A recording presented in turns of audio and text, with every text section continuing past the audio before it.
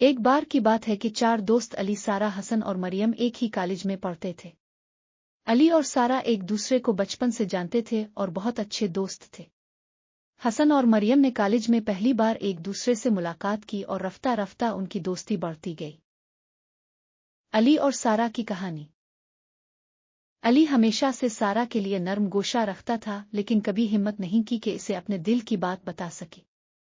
سارا کو علی کی پرواہ تھی، مگر وہ ہمیشہ علی کو ایک بہترین دوست سمجھتی تھی۔ ایک دن علی نے آخر کار ہمت کر کے سارا سے اپنے جذبات کا اظہار کیا۔ سارا پہلے حیران ہوئی، مگر جب اس نے علی کی محبت کو سمجھا تو وہ بھی علی کے قریب ہو گئی۔ ان دونوں کی محبت دوستی سے بڑھ کر ایک خوبصورت تعلق میں تبدیل ہو گئی۔ حسن اور مریم کی کہانی۔ دوسری طرف حسن ایک شرمیلا لڑکا تھا، جبکہ مریم بہت زندہ دل اور بے باک تھی۔